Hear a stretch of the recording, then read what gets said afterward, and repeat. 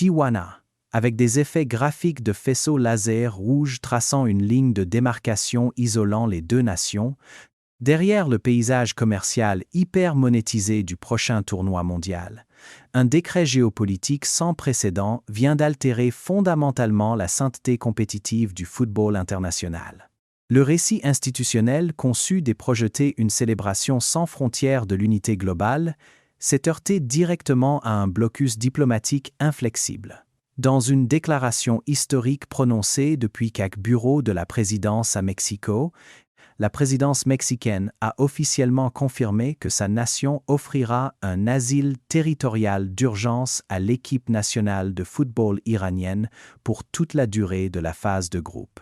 Cette intervention administrative a été exécutée sous une pression extrême après que le gouvernement des États-Unis a émis une directive de sécurité nationale stricte, refusant d'autoriser la délégation iranienne à établir sa résidence ou ses camps de base sur le sol américain.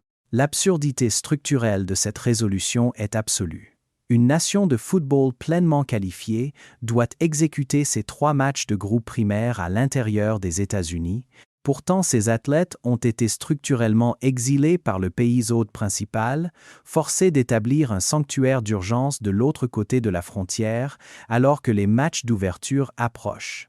La base de cette crise institutionnelle remonte à une offensive diplomatique systématique exécutée des mois auparavant lors des phases d'organisation préliminaire à Washington, D.C. Alors que la FIFA orchestrait une cérémonie de tirage au sort élaborée au Kennedy Center, l'appareil d'immigration de la nation hôte a ciblé la Fédération iranienne de football, refusant les visas d'entrée à toute la délégation administrative, aux dirigeants et au personnel technique.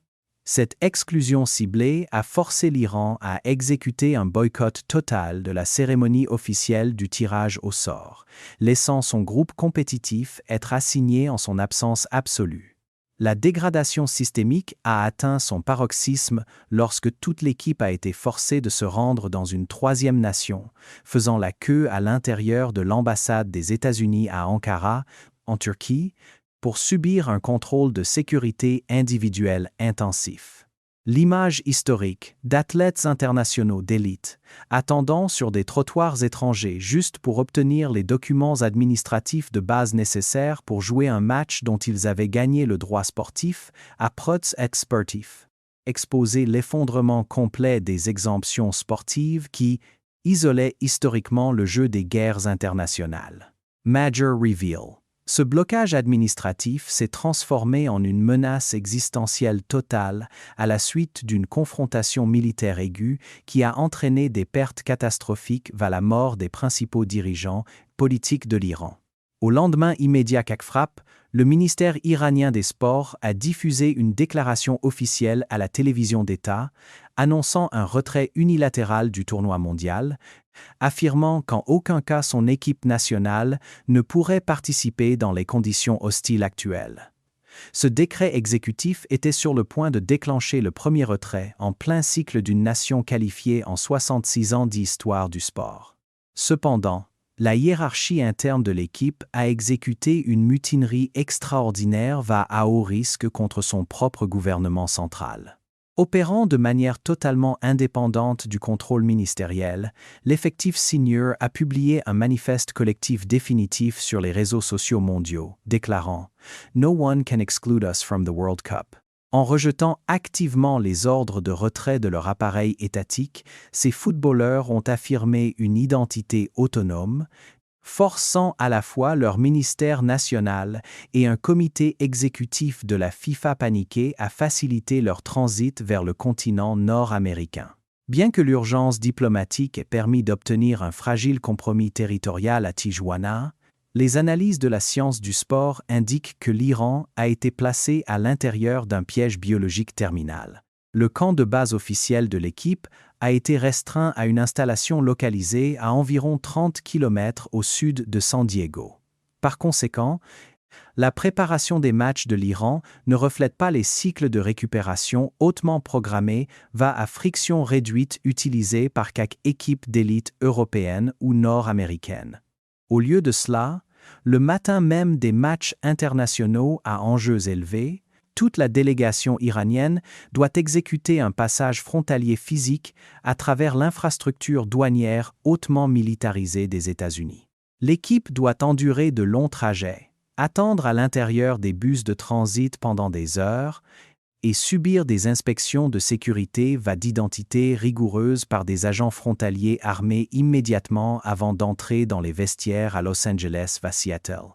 Cette perturbation continue déconstruit complètement l'horloge biologique des athlètes, détruisant leur routine nutritionnelle d'avant-match, bégay, leur phase d'activation neuromusculaire, et présentant à un adversaire d'élite une équipe déjà physiquement dégradée par l'épuisement administratif avant même le premier coup de sifflet. L'isolement de la Team Melli passe d'un déficit biologique à un vide psychologique absolu à l'intérieur des stades. En raison des paramètres inflexibles des interdictions nationales d'immigration, aucune exemption de voyage n'a été prévue, qu'aux détenteurs de passeports iraniens ou les supporters civils tentant de voyager depuis le territoire national. Les blocs de supporters dédiés qui injectent habituellement une énergie tribale, des drapeaux un élan vocal lors des matchs internationaux seront complètement vidés. La seule base de soutien localisée disponible pour l'équipe sera tirée du paysage politique complexe de la diaspora iranienne, résidant en permanence en Californie, dans l'État de Washington. Cette communauté entre dans les arènes en portant des émotions brisées profondément conflictuelles concernant la nature symbolique de l'équipe moderne, privant l'effectif du sanctuaire émotionnel unifié inconditionnel sur lequel les équipes d'élite s'appuient lorsqu'elles opèrent dans un environnement extérieur hostile.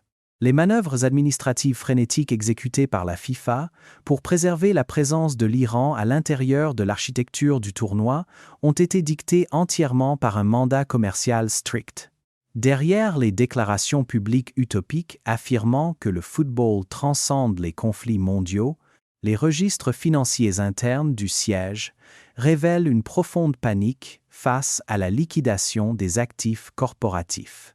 Au sein d'un tournoi élargi à 48 équipes, conçu d'extraire un revenu record de 13 milliards de dollars de capital global, le retrait total ou l'exclusion légale d'une puissance asiatique majeure déclencherait des défauts juridiques immédiats avec un grand réseau de diffusion les partenaires corporatifs régionaux.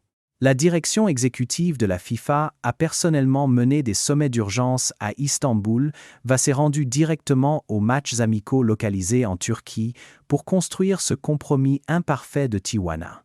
Ce n'est pas la diplomatie sportive propre symbolique promue dans des campagnes marketing de plusieurs millions de dollars. C'est une opération brute de contrôle des dommages corporatifs, conçue de remplir les quotas d'inventaire de diffusion à tout prix humain logistique. Malgré le poids logistique dévastateur imposé à leur délégation, la Team Melli dispose d'un appareil défensif tactique qui comptait être balayé analytiquement. Présente pour sa 7e vitrine mondiale, son 4e cycle final consécutif, cette équipe a obtenu sa qualification grâce à une structure défensive physique hautement disciplinée. L'avant-garde est ancrée par Mehdi Taremi, un attaquant internationalement reconnu, opérant au plus haut niveau du football de club européen. Soutenu par la vaste expérience d'élite d'Alireza Jahanbakhsh, l'entraîneur Amir Galenoe a mis au point un système de contre-attaque hautement pragmatique qui opère avec une immense densité structurelle. L'Iran a historiquement vu la phase de groupe fonctionner comme son plafond compétitif absolu, ne s'étant jamais qualifié chaque match à élimination directe. Pourtant, l'intense adversité institutionnelle endurée par cette génération spécifique a forgé une identité de vestiaire hautement résiliente, convertissant leur statut de paria administratif en une arme psychologique dangereuse unifier conçue de punir toute complaisance de la part de leurs adversaires de groupe.